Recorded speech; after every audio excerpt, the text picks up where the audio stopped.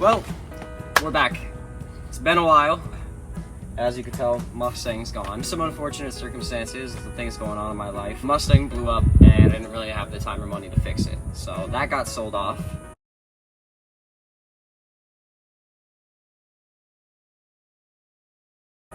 So, channel's changing. First off, you probably have noticed there's a new name to the channel, Aidan and I Garage. And that's because this has now become a partnership. This is Aidan. Hi guys. So you remember him from the last video, Aidan and Hayden. It's the name Aidan and I Garage. We're gonna be doing this together, so it's a lot easier to kind of get a channel rolling when you have somebody that's able to help you, back you, and make you get up and film videos even when you don't feel like it. We actually got really lucky, found a really good deal on a car, and we're excited to show you what this channel is now going to be devoted to.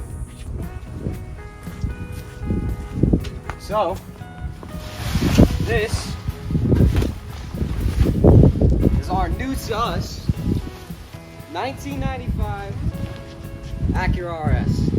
And she don't look like much, but she's gonna look a whole lot different when we're done with her.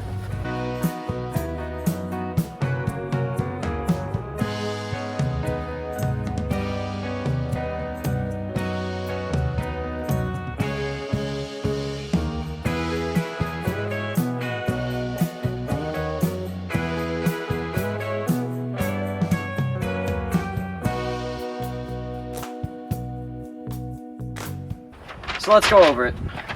First off, the reason that this car was so cheap is because it does have quite a bit of issues. We got a leak from the valve cover, got a leak from the oil pan. The wiring is absolutely atrocious. All of the body panels need to be painted. The motor oil is absolutely disgusting. It doesn't have an alternator belt, doesn't have a drive belt.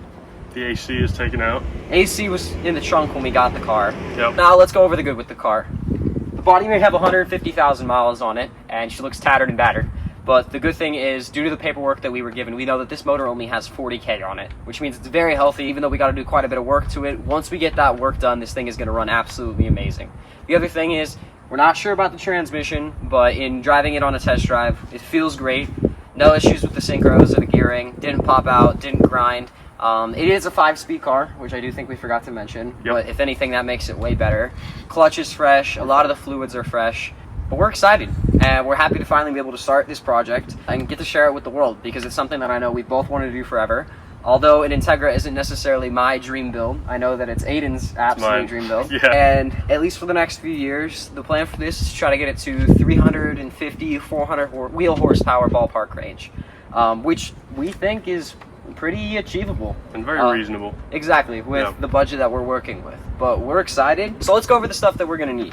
Things we've already gotten: serpentine belt, VMS crank pulley, oil filter. Still need to go get an alternator belt, Mobil 1 5W30 full synthetic blend oil, oil pan O-rings, oil pan gasket, valve cover gasket.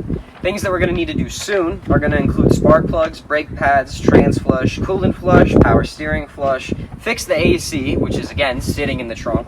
The radiator fan just doesn't exist. Yep. And to top it all off, the coolant reservoir is held together with zip ties. So it's definitely not nothing. But the great thing about this car is the engine bay is so much easier to work with than the Mustang. And due to the tools that we both have, it's very reasonable for us to be able to do at home here in the garage.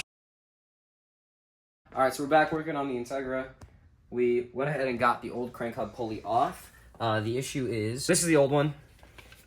It's very heavy. I'd say it's about 15 pounds. And as you can see, if you look inside, it's cracked. So because of that, the inside of our oil pump, right around this ring, is also sheared off a little bit of metal. So we had to get a new Woodruff key, as well as a new crank pulley. We went ahead and installed that. Just a key note, if you're ever going to install one of these, make sure that you get an OEM Honda 19mm socket that works for it. If you use a regular chrome socket, if you use a regular impact socket, it's not going to come off. Make sure you get that part. Makes your life way easier. It won't work with an actual drill, so make sure you have an air gun. 120 PSI, came right off. Went ahead, got our Woodruff key in there. It was a little too big, so we had to sand it down, and then we went ahead and tapped it in with a hammer. If we have trouble removing it later, we'll just go ahead and drill it out. On the very back side of this, we're going to go ahead and put our alternator belt. That'll run up and back over here. This middle one is for your AC compressor, and then this top front one goes all the way up to your idler pulley.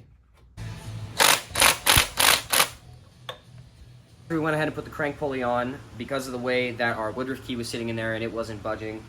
We went ahead and tried to put the bolt in and torque it to 85 foot-pounds. The issue is the crank hub pulley just freely spins when we do. Also, we were able to go ahead and get our alternator belt on. However, the power steering pump belt we have is about inch and a half too short. So we're gonna have to go get a new one tomorrow. We don't care about power steering tonight. We just want to see if we can at least get the alternator to work properly and see if we still have the same spinning, wobbling sound that we had from the original crank hub pulley. Okay, so first start, most of what we need, at least for it to run, is connected. Aiden's gonna do the first honors. Make sure it's in neutral. I know, I will, All right, yes. cool. I'm very excited. Ready?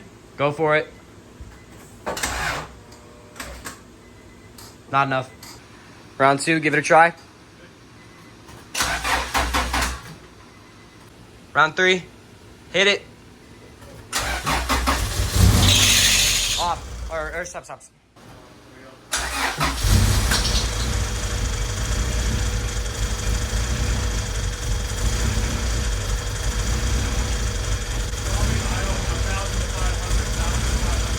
What?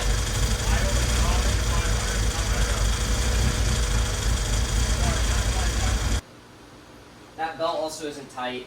Yeah. So that might be our idle issue. I'll eventually figure out the ignition on the first try.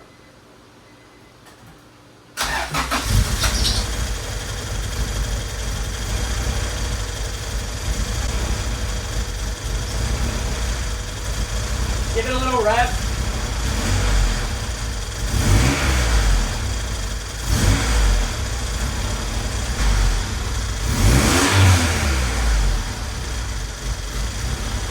Number 5, we have belt squeal.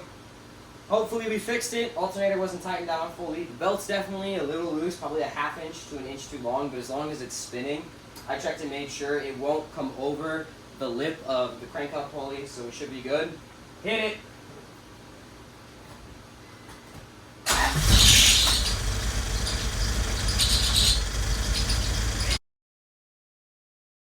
So, after 3 trips to AutoZone, 3 belts that didn't work, Yep. and a bunch of resizing, we were finally able to get the power steering belt along with the alternator belt to work. So, as you can see, we now have enough tension in the power steering belt, as well as, it's kind of hard to see it, the alternator belt also has a little bit of tension in it, so they shouldn't be loose. This time when we start it, shouldn't have all the squeal, and we should actually be able to get our first test drive in today.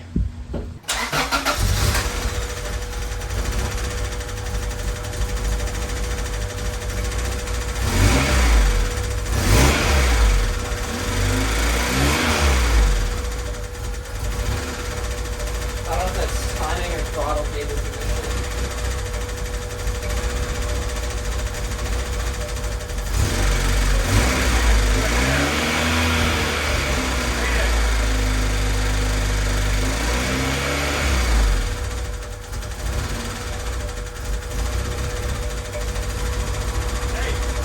Is it fine? It's getting there. Okay, listen.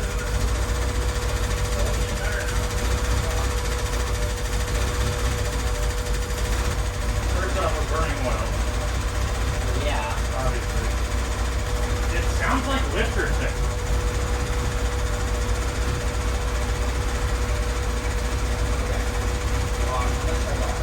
Hey, it's just holding. Is it holding better? Yeah, it's holding. Hang on, because our fans aren't spinning. Oh. But they are not. So, I don't know what our fan issue is then. So we're gonna have to use relays to test that. Got the car started, got it running. We realized that we do have a fueling issue, which we think is this fuel regulator right up here. Our cooling fans also aren't coming on, as well as we just realized that the car has no coolant when we opened up the radiator cap. So that's going to be it for today's video. Thank you for watching. I know this one was kind of boring, and that's probably what the style of these next couple of videos are going to be, just while we get the car running. But after that, we'll be shifting at 7,000 RPM and running the car over 100. So thanks again for watching. See you next time.